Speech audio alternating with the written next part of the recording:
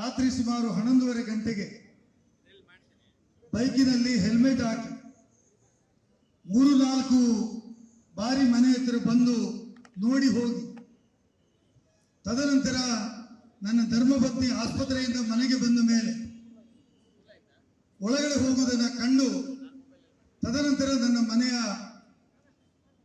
ಬಾಗಿಲುಗಳಿಗೆ ಕಲ್ಲನ್ನು ಬಿಸಾಡಿದ್ದಾರೆ ಮತ್ತು ಮನೆಯನ್ನ ನಾವು ದಾಳಿ ಮಾಡಿದ್ದೇವೆ ಅಂತ ಹೇಳಿಕೊಂಡಿದ್ದಾರೆ. ಮತ್ತು ಕೆಲವರು ಹೇಳಿದ್ದಾರೆ ನಾವು ಮನೆಗೆ ದಾಳಿ ಮಾಡಿ ಸ್ವಲ್ಪ ಲೇಟ್ ಆಯಿತು, ಇದ್ರ ಹಿಂದೆನೇ ಮಾಡಬೇಕಾಗಿತ್ತು ಅಂತ ಕೂಡ ಹೇಳಿಕೊಂಡಿದ್ದಾರೆ. ಅವರಿಗೆ ನಾನು ಶುಭ ಕೋರ್ತೇನೆ. ನಾವು ಯಾವುದೇ ದಾಳಿಗೆ ಐವನ್ ಡಿಸೋಜ ಕಾಂಗ್ರೆಸ್ ಪಕ್ಷ ಇಲ್ಲಿದ್ದಂತ ಕಾರ್ಯಕರ್ತರು ಜಗ್ಗುವುದಿಲ್ಲ ಜಗ್ಗುವುದಿಲ್ಲ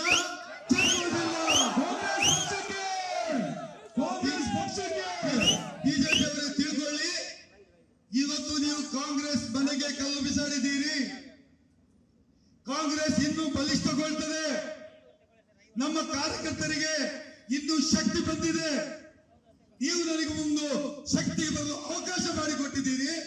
ಹಾಗೆ ಬಿಜೆಪಿಯ ವೇದವಸ ಕಾಮತ್ತು ಮತ್ತು ಯಾರು ಭರತ್ ಶೆಟ್ಟಿ ಅವರ ಎಲ್ಲ ನಾಯಕರುಗಳಿಗೆ ನಾನು ಅಭಿನಂದನೆ ಸಲ್ಲಿಸ್ತೇನೆ. ನಾವು ಇದಕ್ಕೆ ಜಗ್ಗೋದಿಲ್ಲ ಬಗ್ಗೋದಿಲ್ಲ. ಕಾಂಗ್ರೆಸ್ ಪಕ್ಷ ಸಿದ್ಧಾಂತವನ್ನ ನಂಬಿಕೊಂಡು ಬಂದಿದೆ. ಇದೇ ಭರತ್ ಶೆಟ್ಟಿ ಹೇಳಿದ್ರು, ರಾಜೀವ್ ಗಾಂಧಿ ಅವರಿಗೆ ರಾಹುಲ್ ಗಾಂಧಿ ಅವರಿಗೆ ಸಂಸತ್ತಿನ ಒಳಗಡೆ ಹೋಗಿ ಏನ್ ಹೊಡೆಯಬೇಕಂತೆ, ಕೆಪ್ಪಿಗೆ ಹೊಡೆಯಬೇಕಂತೆ, ಕಪಾಲ ಭರತ್ ಶೆಟ್ಟಿಗೆ ಇದೇ ವೇದವಾಸ ಕಾಮತ್ತು ಇಲ್ಲಿ ಚೊರಸದಲ್ಲಿ ಶಾಲಾ ಮಕ್ಕಳನ್ನ ತಂದು ಶಿಕ್ಷಕರನ್ನ ಹೊರಗೆ ತಂದು ನಿಲ್ಲಿಸಿ ಅವರ ಮುಂದೆ ಘೋಷಣೆ ಕೂಗಿದ್ರು. ಇದರ ಶಾಪ ಅವರಿಗಿದ್ದೀರಿ. ಅವರು ಶಾಪದ ಫಲವಾಗಿ ಮಾತಾಡುದು. ಅವರಿಗೆ ಏನು ಮಾತಾಡ್ತಾರೆ ಅವ್ರಿಗೆ ಗೊತ್ತಿಲ್ಲ.